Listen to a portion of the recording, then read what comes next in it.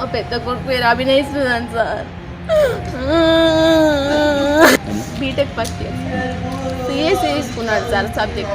Singapore college చేస్తారు, up and down చేస్తారు sir ఇద్దరు. చిన్నైనే పెద్ద చిన్నైనా ఇక్కడ హుజరాబాద్కి వెళ్తాడు గౌటుకి, పెద్ద అయినా అక్కడ.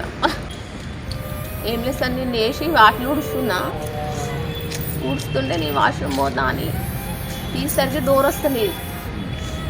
ఇక అంతే మా సార్ విషయం డోర్ వద్దలే అనేసరికి అట్లా ఉన్నాడు సార్. నేను వాష్రూమ్ వెళ్ళేసరికి అలా ఇట్లా వేసుకొని ఉన్నాడు సార్. అట్లానే ఉన్నాడు సార్. అది ఏ విషయం మనకు తెలుస్తలేదు అది.